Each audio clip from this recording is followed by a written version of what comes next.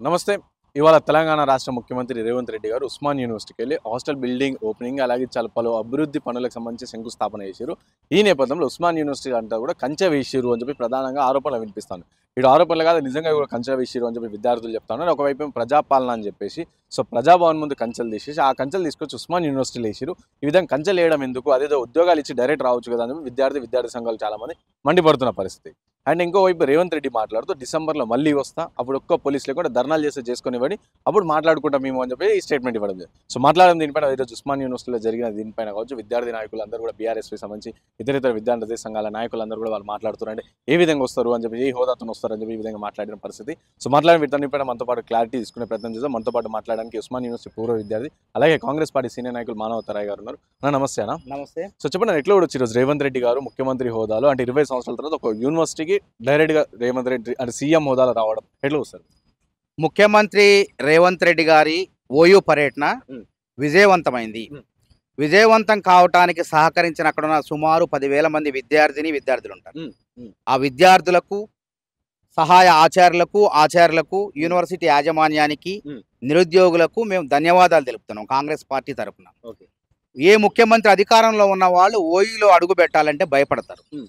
అట్లాంటిది అధికారంలో ఉండి ఒక ముఖ్యమంత్రి స్థానంలో ఉండి భయపడకుండా, అదరకుండా, బెదరకుండా ఇలా ఓయూలో అడుగుపెట్టినటువంటి నల్లమల పులిబిడ్డ ముఖ్యమంత్రి రేవంత్ రెడ్డి అని చెప్పి, ఆయనకు దమ్మున్న నాయకుడు రేవంత్ రెడ్డి అని చెప్పేసి నిరూపించుకున్నాడు. అర్థమైపోయింది. గతంలో కేసీఆర్ గారు శతాబ్ది ఉత్సవాలు పెద్ద ఎత్తున రాష్ట్రపతి ప్రణబ్ ముఖర్జీ ముఖ్య అతిథిగా హాజరయ్యే ఉత్సవాలు అవి. 100 ఏళ్ల ఉస్మానియా శతాబ్ది ఉత్సవాల్లో కేసీఆర్ గారు తార్నాకా నుంచి దొడ్డిదారిలో వచ్చి దొడ్డిదారిలోనూ పారిపోయాడు మాజీ ముఖ్యమంత్రి. కానీ ఈ ముఖ్యమంత్రి రాజమార్గంలో వచ్చి రాజమార్గంలో వెళ్ళిపోయాడు. కంచెల ఎవరో పిడికల మంది, నేను చెప్పిన 10,000 మంది విద్యార్థులు స్వాగతించారు. ఉస్మానియా యూనివర్సిటీ నడి బొడ్డున ఠాగూర్ ఆడిటోరియంలో ముఖ్యమంత్రి రేవంత్ రెడ్డి గంటం బావుసేపు ప్రసంగించిందంటే అక్కడ విద్యార్థులు, నిరుద్యోగులు, అధ్యాపకుల సహకారం ఉంది. ఆయన విద్యారంగంలో అనేక మార్పులు తీసుకొస్తాడు.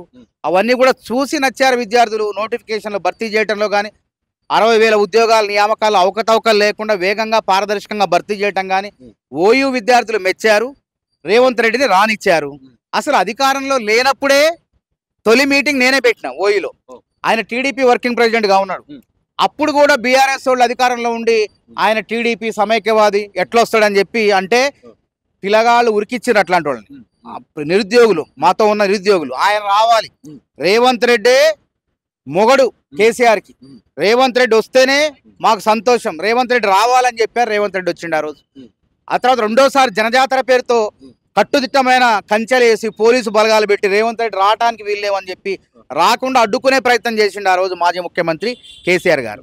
కానీ రేవంత్ రెడ్డి గారు వచ్చే దారిలో 2 వీలర్ మీద ఎవరు గుర్తుపట్టకుండా ఆర్ట్స్ కళాశాల వద్ద ప్రత్యక్షమయ్యేసరికి అప్పటి ప్రభుత్వం, కేసీఆర్ ప్రభుత్వం కంగు తిన్నది దెబ్బ. That is Revanth Reddy. రేవంత్ రెడ్డి ఒక్కసారి అంటే తప్పకుండా చేసి తీరుతాడు. మాట ఇచ్చిందంటే తప్పకుండా వచ్చి తీరుతాడు. ప్రజాపాలన, ప్రజాభవన్ ముందున్న కంచెలు తీసి ఉస్మాన్ యూనివర్సిటీ కంచెలేసి రావడం ఏంది డైరెక్ట్ రాజు ఆయనకు సంబంధం లేని అంశం అది. ఆయన 21వ తారీఖు రావాలనుకున్నాడు. ఆ రోజు రాష్ట్రపతి నామినేషన్ కార్యక్రమంలో భాగంగా రాలేకపోయారు. ఆ కార్యక్రమం తర్వాత మరొక రోజు పెట్టుకొని వస్తా అని చెప్పారు.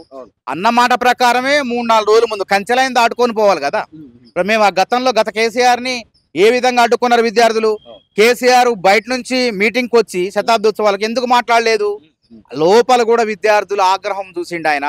కేసీఆర్ పేరెత్తినప్పుడు ఆ సభలో, శతాబ్ది ఉత్సవాల సభలో విద్యార్థులు వాటర్ బాటిల్ స్క్రీన్లో కనపడితే ఆయన పేరు వస్తే చెప్పులు వాటర్ బాటిల్ విసారు. కానీ ఇవాళ వాడు అట్లాంటిది కాకుండా ఎవడో పిడికడ మంది చేశారు. ఈరోజు కంచెలు గించెలంటారు. కంచెలు ఎవరేసారు? అది భద్రత ముఖ్యమంత్రి లాంటి వ్యక్తి వస్తే తప్పకుండా వేస్తారు పోలీసులు. పోలీస్ కమిషనర్ గారు బాధ్యత. తర్వాత యూనివర్సిటీ అనేది అటానమస్ బాడీ. అక్కడ ఉపకులపతి గారు ఆయన ఆహ్వానించారు కాబట్టి ఆయన ఆహ్వానం మీద వచ్చినప్పుడు ఎటువంటి అవాంఛనీయ సంఘటనలు జరగకుండా కట్టుదిట్టమైన భద్రత ఏర్పాటు చేయటం యూనివర్సిటీ అధికారుల యొక్క విధి. ఆ విధిలో భాగంగానే అక్కడ వేశారు. రేవంత్ రెడ్డి గారు కూడా తెలియదు ఇంత కట్టుదిట్టమైన భద్రత. ఏమండు ఇప్పుడు వచ్చిన రేవంత్ రెడ్డి గారు మళ్ళీ వస్తా, డిసెంబర్లో వస్తా, నేను ఆర్ట్స్ కళాశాల ముందు బహిరంగ సభలో మీటింగ్ పెడతా, బహిరంగంగానే మాట్లాడతా. ఈ విధంగా ఠాగూర్ ఆటంలో 4 గోళ్ల మధ్య కాదు, నేను వస్తా అని చెప్పిండు. అదేవిధంగా రావటం వల్ల లాభం జరిగిందా, నష్టం జరిగిందా? ఇలా ఏమన్నారు యూనివర్సిటీ అధికారులు 5 కోట్లు 6 కోట్ల అడుగుతున్నారు. కాదు, మీరు ఎక్కువే అడగండి. మీరు ఒక 10 మందో 20 మందో కమిటీ వేసుకొని దేవసేన గారి సమక్షంలో ప్రిన్సిపల్ సెక్రటరీ విద్యాశాఖ వారిని సమక్షానికి అప్పచెప్తే మీకు ఏం కావాలో చెప్తే మీకు వరాలు ఇస్తా అని చెప్పి వరం ఇచ్చిపోయినటువంటి ముఖ్యమంత్రి రేవంత్ రెడ్డి, దొడ్డిదారిలో పారిపోయిన ముఖ్యమంత్రి మాజీ ముఖ్యమంత్రి కేసీఆర్. కాబట్టి రేవంత్ రెడ్డి ఇలా ఓయూకు రాకుండా బీఆర్ఎస్ పార్టీ వాళ్ళు సర్వ విధాలు అడ్డుకునే ప్రయత్నం చేశారు. కానీ వాళ్ళకి అంత శక్తి లేదాడ, పిడికడ మందే కదా, పిడికడ మంది ఏదో లొల్లి చేశారు. ఆ పోలీసు వాళ్ళు ముందస్తుగా నిర్బంధం చేశారు. కాబట్టి రేవంత్ రెడ్డి పట్ల విద్యార్థి నిరుద్యోగ లోకంలో ఇప్పటికి కూడా సానుకూలత ఉన్నది. సానుకూలత ఉన్నది కాబట్టి ఆయన ఏందో, ఆయన నాయకత్వం ఏందో, దమ్మున్న నాయకుడు రేవంత్ రెడ్డి, దమ్మున్నటువంటి ముఖ్యమంత్రి రేవంత్ రెడ్డి అని చెప్పి నిరూపించుకున్నారు. అంటే హరీష్ రావు గారు ఇంతకుముందు మాట్లాడుతూ రేవంత్ రెడ్డి పైన పలు కమెంట్స్ చేశారు. ఏం చెప్తారా కమెంట్స్? వాళ్ళు అధికారంలో ఉన్నప్పుడు అసలు ఉస్మానియా యూనివర్సిటీ అంటేనే ఉచ్చబోసుకునేది. ఇక హరీష్ రావు మాట్లాడతారా? అసలు ఆయనకు అర్హత ఉందా అంటాను నేను. 10 ఏళ్ళు అధికారంలో ఉండి ఉస్మానియా యూనివర్సిటీ వైపు రావాలంటేనే ఒళ్ళు జలధరించేది వాళ్ళకి. అట్లాంటిది ఇవాళ రేవంత్ రెడ్డి ఏందో, ఆయన శక్తి ఏందో, నల్లమల పులిబిడ్డలాగా ఇవాళ నల్లమల పులిబిడ్డ ఒక ముఖ్యమంత్రి రూపంలో వచ్చి, ఆ ముఖ్యమంత్రిగా వచ్చి ఆడ ప్రసంగించి మళ్ళా పులి లెక్క బయటికి పోయింది. అది ఆయనకి రేవంత్ రెడ్డి యొక్క సత్తా, దమ్ము, ధైర్యం. అందుకే దమ్మున్న నాయకుడు రేవంత్ రెడ్డి అని ప్రజలు అంటున్నారు ఈరోజు. ఉస్మానియా అంటే యుద్ధ భూమి, తెలంగాణ మొత్తానికి యుద్ధ భూమి ఏదా అంటే ఉస్మానియా విశ్వవిద్యాలయం. ఆ ఉస్మానియా విశ్వవిద్యాలయంలో పాలకులు అనేవాళ్ళు భయపడతారు. కానీ ఒక ముఖ్యమంత్రి అయి ఉండి ఎటువంటి అదురు లేకుండా, బెదురు లేకుండా, నేను ఎక్కడికి పోతున్నా, విద్యార్థుల సమక్షంలో పోతున్నా, నేను ఎందుకు పోతున్నా, మంచి చేయడానికే పోతున్నా అని చెప్పి ఒక సందేశం ఇచ్చినటువంటి నాయకుడు ముఖ్యమంత్రి రేవంత్ రెడ్డి. గతంలో 20 ఏళ్లలో ఎవరు కూడా రావడానికి భయపడ్డారు. కేసీఆర్ వచ్చినా దొడ్డిదారిలో వచ్చాడు, దొడ్డిదారిలో పారిపోయాడు. కాబట్టి ఇవాళ తెలంగాణ ప్రజలు అర్థం చేసుకునేది ఏంటంటే రేవంత్ రెడ్డి దమ్మున్న నాయకుడు అని చెప్పి మరోసారి నిరూపించుకుండు. అధికారం లేనప్పుడు వీళ్ళ బలగాలను దాటుకొని ఆర్ట్స్ కళాశాల ముందు ప్రత్యక్షమై కంగు తినిపించాడు ఆనాటి పాలపక్షం కేసీఆర్.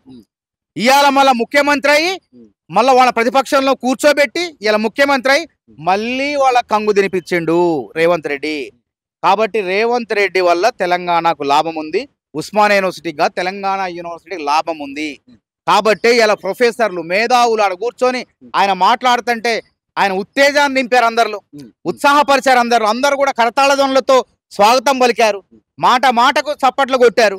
కాబట్టి ఆ మేధావి వర్గం, ఉస్మానియా యూనివర్సిటీ యుద్ధ భూమిలో ఉన్న మేధావి వర్గం, పోరాట వర్గం అందరు కూడా ఆడ గుమిగూడారు. వాళ్ళందరూ కూడా అభినందించారు రేవంత్ రెడ్డి. కాబట్టి రేవంత్ రెడ్డి ఈ రాష్ట్రంలో తిరుగులేని నాయకుడు అని చెప్పి మరొకసారి నిరూపితమైంది. సో ఫైనల్గా చెప్పిన డిసెంబర్ లోపు మళ్ళీ వస్తాను, అప్పుడు పోలీసు అధికారులు కూడా ఎవరు ఉండదు, వీసీ చూసుకోవాలి, డీజీపీ చూసుకోవాలి అని చెప్పారు. సో అంటే ఈ నేపథ్యంలో ప్రధానంగా ఇప్పుడు తెలంగాణలో ఉద్యోగాల కోసం విద్యార్థులందరూ కూడా ఎదురుస్తారు. సో డిసెంబర్ లోపల నోటిఫికేషన్ ఏమైనా ఇచ్చే ఛాన్స్ అట్లా ఏమైనా కనిపిస్తుంది? డిసెంబర్ లోపే కాదు, ముందే ఇస్తాడు. రేవంత్ రెడ్డి ఏంటంటే మేలు కోసమే పనిచేస్తాడు.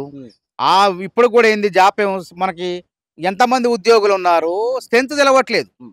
కేసీఆర్ వచ్చి ఆగమాగం చేసిండు. అందుకని ఆయన ఆ మీటింగ్ లో కూడా అన్నాడు, వాళ్ళ లెక్క విద్యార్థుల జీవితాలను, నిరుద్యోగుల జీవితాలను మేము నాశనం చేయము, తొందరగా నోటిఫికేషన్లు ఇచ్చి ఒక పద్ధతి ప్రకారం చేస్తాం, మేలు చేస్తాం, కీడు మాత్రం చేయం, తర్వాత తిట్టిన వాళ్ళే పొగుడతారు అనే విధంగా ఆయన మాట్లాడటం జరిగింది. తప్పకుండా ఇవాళ ఎవరైతే కొంత అసంతృప్తి నిరుద్యోగుల నోటిఫికేషన్లు ఎప్పుడు వస్తాయా అంటే వాళ్ళ వెనక్కి ఏంది కొంతమంది శక్తులు కూడా ఉన్నాయి, రాజకీయంగా ప్రేరేపించే కొన్ని శక్తులు కొంతమంది విద్యార్థులు అయోమయంలోకి నెడుతున్నాయి. కాబట్టి అట్లాంటి వాళ్ళలో కొంత అసంతృప్తి ఉన్నది. ఇవాళ రేవంత్ రెడ్డి గారి మాటలు విని వాళ్ళు కూడా చక్కగా సంతృప్తికరంగా పుస్తకాలు పట్టుకొని చదువుకుంటున్నారు. ఈ రేవంత్ రెడ్డి ఇవాళ తెలంగాణలో 10 ఇంటింటికి 10కి పైగా సంక్షేమ పథకాలు, ఇక పక్కా 10 ఏళ్ళు రేవంత్ రెడ్డి సర్కార్ అని చెప్పి ప్రజలు మొత్తం కూడా దీవిస్తున్నారు. కాబట్టి రేవంత్ రెడ్డికి తిరుగులేదు తెలంగాణలో. Thank you so much. Right, so విన్నారు కదా, ఇది మానవత రాయ్ గారు చెప్తా ఉన్నాను. సో ప్రధానంగా ఇటు రేవంత్ రెడ్డి ఉస్మాన్ యూనివర్సిటీ చరిత్ర రావడం ఒక చరిత్ర అని చెప్పి చెప్తా ఉన్నారు. అలాగే ఎవరైతే విద్యార్థులు కూడా అంటే ఇప్పుడు నిరసన వ్యక్తం చేస్తారో వాళ్ళు రానున్న డిసెంబర్లో కూడా వాళ్ళందరూ హర్షం వ్యక్తం చేస్తారని చెప్పేసి మానవత రాయ్ గారు చెప్తున్న పరిస్థితి. కెమెరా పర్సన్ సాయితో Rana Pratap reporting for YNTV from Hyderabad.